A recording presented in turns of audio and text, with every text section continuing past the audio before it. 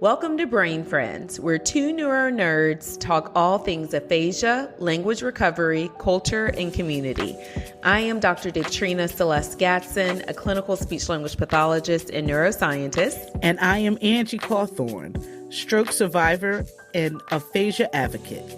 Welcome to our show. Welcome to Brain Friends. We want to thank all of our listeners for downloading the podcast. We appreciate everyone listening, so please tell a friend to tell a friend that we are here. And we are. We need to tell the folks that we don't know each other that well. This is true. So this is absolutely our first episode of our podcast. And so I guess we should start with introductions, huh? I suppose we should. Okay. You go first. Or you want me to go first? You go first. Okay, I'll go first. So my name is Dr. Davetrina Seles Gadson. I am a clinical speech-language pathologist by training and a neuroscientist. I got my bachelor's degree from South Carolina State, my master's from Towson University, and my PhD from the University of Georgia. Go Dogs. Yes. And yeah, I'm here, and, we'll get into a little bit more about how this podcast started, but that's all of my background. I live in Washington, D.C. I have no kids, no animals. I am not married, but I am the proud parent to 27 green souls. Woo! Water and feed day takes me a little bit of time. So now I'm starting to realize that maybe I'm a little too in too deep, but right. When you have to schedule part of your day around the feeding, it's you've gone too far. Oh, you have to take a day off. Yeah, totally. It's almost like binging. Yeah, exactly. Okay, you go, Angie, because I know they're already wanting to know who you are. Well, I am Angie Cauthorn. I am here because I had a stroke in 2017. Actually, I had two strokes that night. And I have aphasia.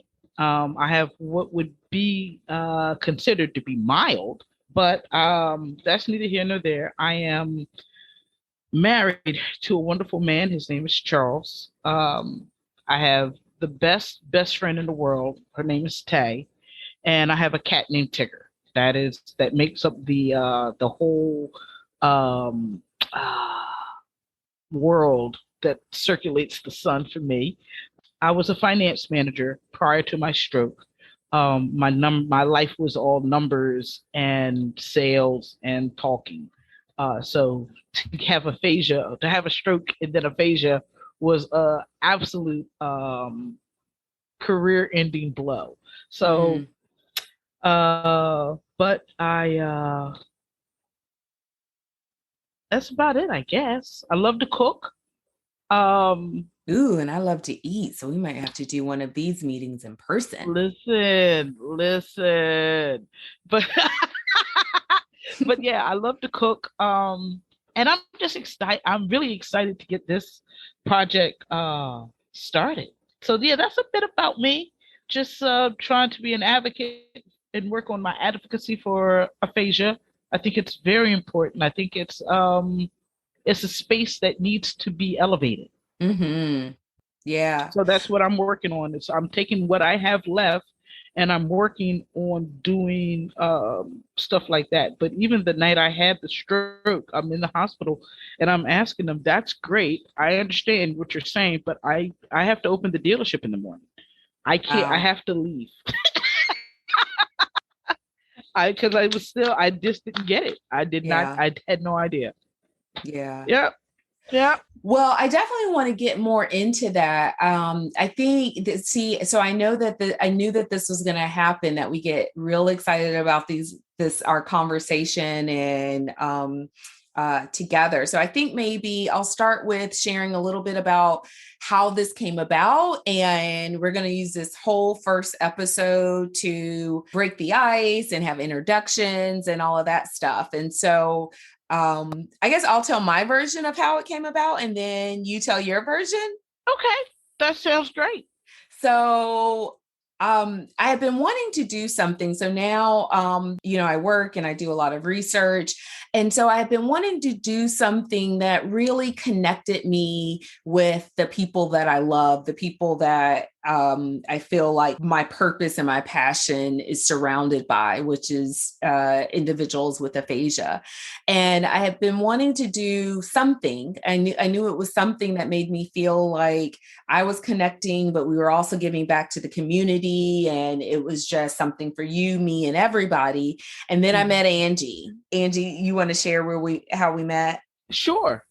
We met on the Black Aphasians call for that Michael out of Philadelphia had set up. Yeah. And we just connected on that call. And first of all, I was so impressed with you and what you brought to the meeting and how you just were full of so much life and you were looking for so much knowledge. You weren't there to tell us, you were there to learn from us. Exactly. And I thought that was so different, and I thought it was compelling.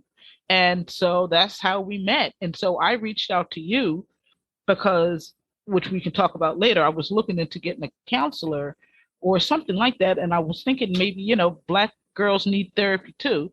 Yeah. And so I was looking and I said, well, I'll ask Dr. Seles, maybe she knows someone, because as I'm going through this journey, I'm realizing that it is rude of me to think that, not rude, it's arrogant for me to think that I don't need therapy. I've had a brain attack.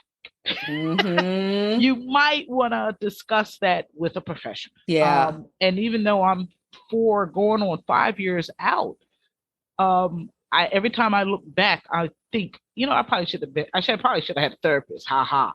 You know what? Mm-hmm. I probably should have had it. And now I'm like, no, I'm going to do this in 7 years. I'm going to look back on my 5th year and say, I probably should have had a therapist. Yeah. Ha ha. But it's not funny anymore when you're on year 5. Like, year 2, you don't know any better.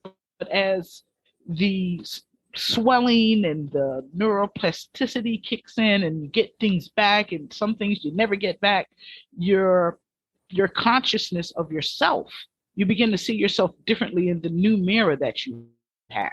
Mm-hmm. Yeah. And as you realize you can't go back, you can only go forward, it just kind of propels. Yeah. Yeah. And Angie, I think one of the things that you said is that you had that recognition. And I think that that's awesome. But one of the things that I realized that we didn't do was define aphasia or say, what aphasia is. So I'll say the actual, the textbook, the term, the spiel that I always give. But I think that it's really important for me to hear how you describe aphasia. And then I know we have planned in some of our other episodes to actually just like dive in deep on aphasia, pros, cons, and, all the things. But aphasia is a language disorder that usually is a result of damage to the left hemisphere of our brain, which is our language center of the brain. And when I say language difficulty, it could be in expressive writing, it could be in reading, it can be in auditory comprehension, or it can be in verbal expression. So that having difficulty finding the words that you want to use, or using fluent sentences, expressing spontaneous thoughts and ideas.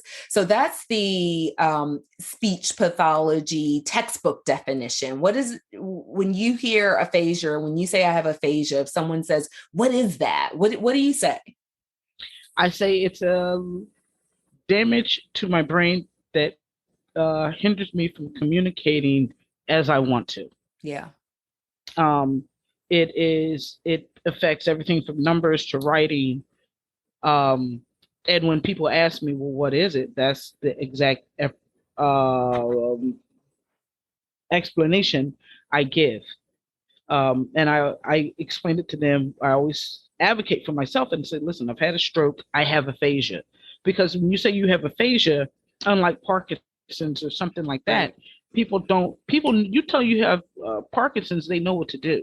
they know how to respond. You tell them you have aphasia, they want to know if you're contagious. The point,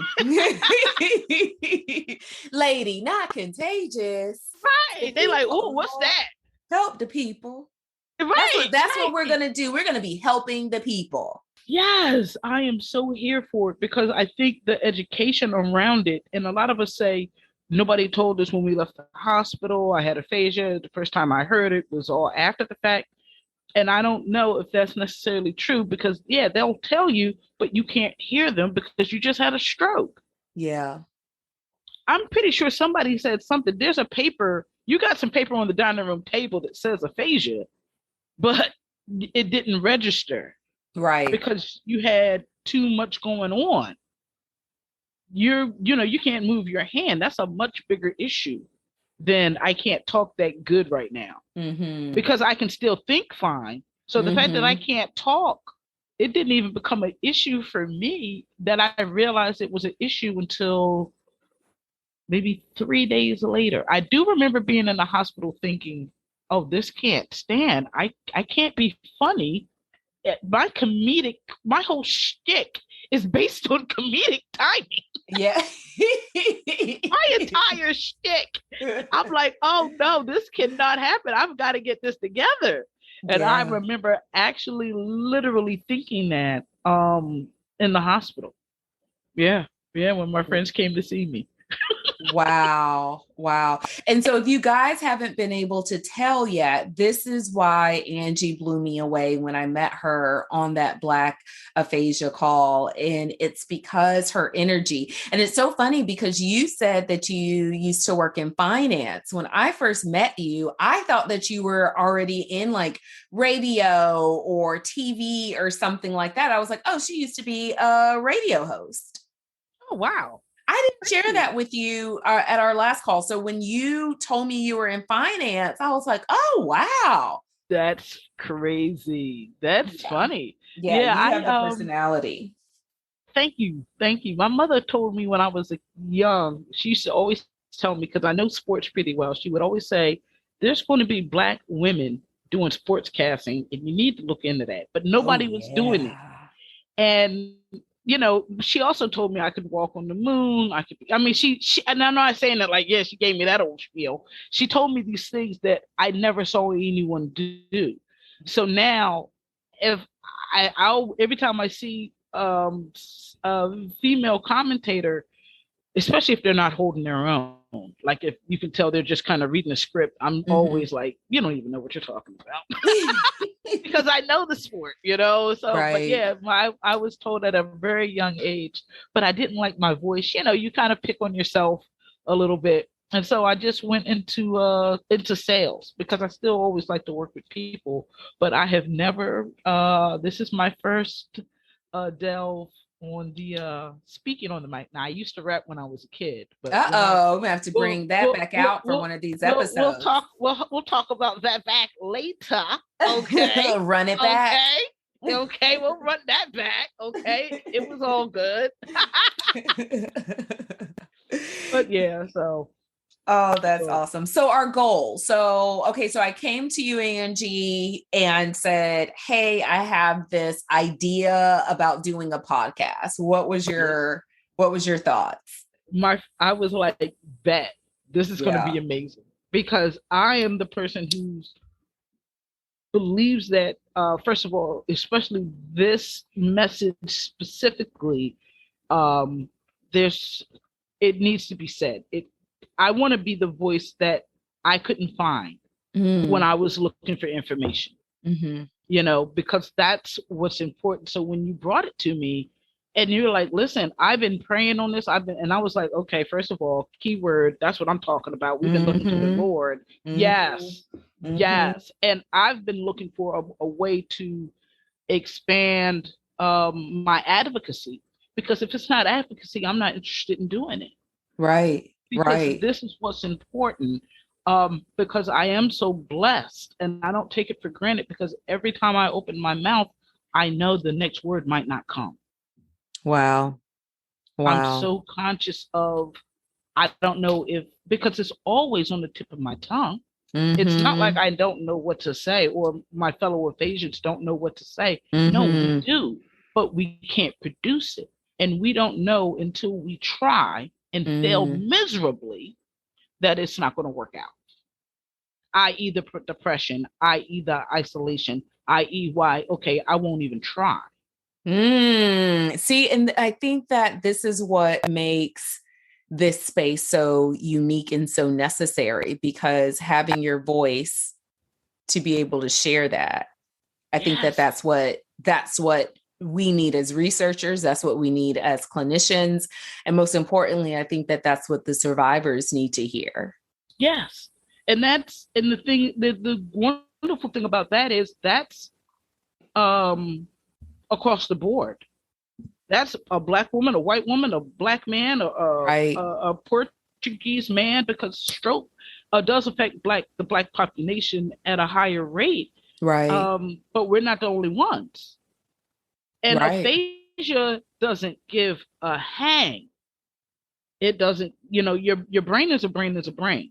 Mm-hmm. And regardless of what anybody tells you, all men are created equal.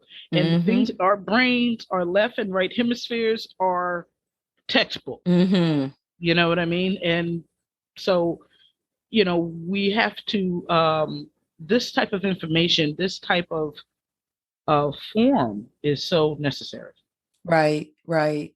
So I think one of the things as we start to wrap up our first episode, two things. I'm going to share what my goal is for the podcast and hope to accomplish. And then if you would be so gracious and share yours as well. Okay. All right. So what my goal for the podcast in this space that we'll share together is to educate people with aphasia, to help individuals also understand that better speech is attainable, and that it may not be in the SLP office.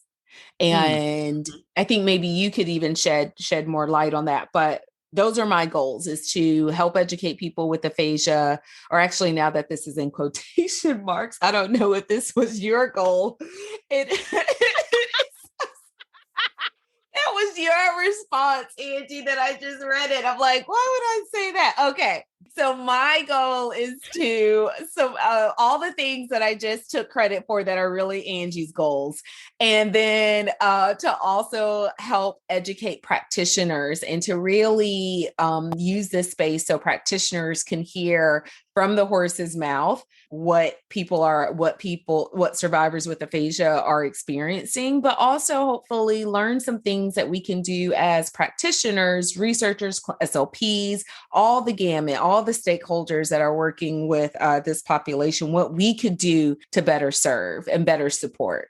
Oh, wow. All right. I don't even know I'm supposed to back that up after you just read what I told you last week. Now. I can't. So this is what we're gonna do? My this bad. How we gonna start? This how we gonna do this? This how we do it? We just gonna come out the gate. We coming out the rip, plagiarizing. Daggone girl. So no, but I think this space is going to be such a facilitator for good information, for solid communication, to let people know that better communication, better talking is attainable. The night of my stroke, I went to go tell my husband, and I'll tell my story on a different episode, but I couldn't talk at all. And, except for very sporadically. And my goal for this is to let people know that you're not at the end, you're only at the beginning. Ooh, and that this takes time and it takes work. And the SPL office is not even the half first step. You have to extend yourself to research opportunities, because that's where I made my greatest gains, was after I said, okay, I'm going to go down to Temple University. I'm going to go to Delaware U. I'm going to go down and do this and take this, which seems to be menial task, which is helping them do research. And I'm going to go through this because I want to be able to communicate better. I want to be able to order that cup of coffee, or when I want a ginger ale, not have to accept a Coke because I couldn't say the word ginger ale. You know what I mean? Sometimes you just want a ginger ale, and this guy's bringing me a Coca-Cola. Yeah. Because I can't get the word out, and I'm saying soda, and he's like Coke, and I'm like, yeah, okay, fine. Right. Sure. Thanks. Thank you. Right? Right. Right. Damn it, I wanted an iced tea. But we settle for it all the time. And I just want to give people, if I can give someone hope, and I just want to be what I was looking for when I was looking for information and for what was next. I want to be that person for someone else, because somebody's having a stroke right now, Dr. Celeste, and they're going to be looking for help, and I want them to find me, and I'm here to help. Yeah, no, that's awesome. Before we go, Angie, there's something else that you didn't mention that, I mean, it's one of the things that blew me away about you. Can you share a little bit about the advocacy that you've already started hitting the ground with and in your organization that you already have founded? I founded ARCH, which stands for the Aphasia Research Collaboration Hub.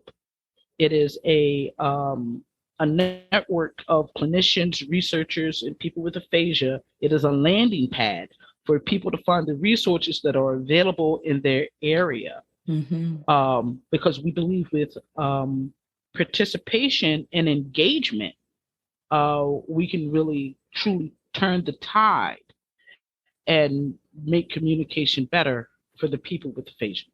So in the tri-state area, it's the way to go. Okay. Sorry. And no. That's okay. When you say tri-state. Oh, I'm sorry. That would be Philadelphia area, Philadelphia, Delaware, and New Jersey. Okay. Yeah. So if you guys have information, send it your way. Can we say that? Absolutely. If you have information, if you're looking for information, if you want information, and what it was, if I'll just go tell it real quick. I went to I was at my speech pathologist, and she had a flyer on the wall. And so I wound up going to that website, and my speech pathologist, a wonderful woman, okay, but she didn't promote or she didn't, encourage it for me to go there. And I believe she didn't because she had never heard of them. They had just started, and you don't just give people stuff. You don't know anything. You haven't vetted it, and there was no real way for her to vet it. What Arch does, at least it gives you a trusted website, because we're not just taking stuff from anywhere. Now I'm not saying we're calling and making sure that it's a great group, but you know what I mean? Right. We know it's coming from professionals that are doing this and that are serious about it. So it was about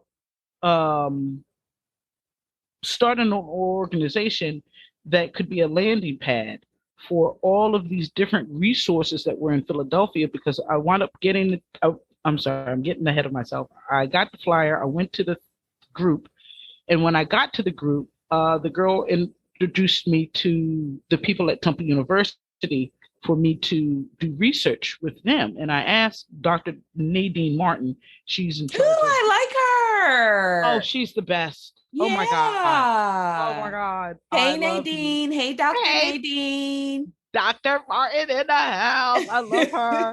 She's amazing. Actually, I just got off a call with her because she's amazing. But she is, so I was talking to her, and she's telling me about all these wonderful resources that are in the Philadelphia area. There's Temple Pack, there's Penn, there's Silas, there's LaSalle. And I'm like, well, that's a lot of stuff. How am I supposed to find all this stuff out?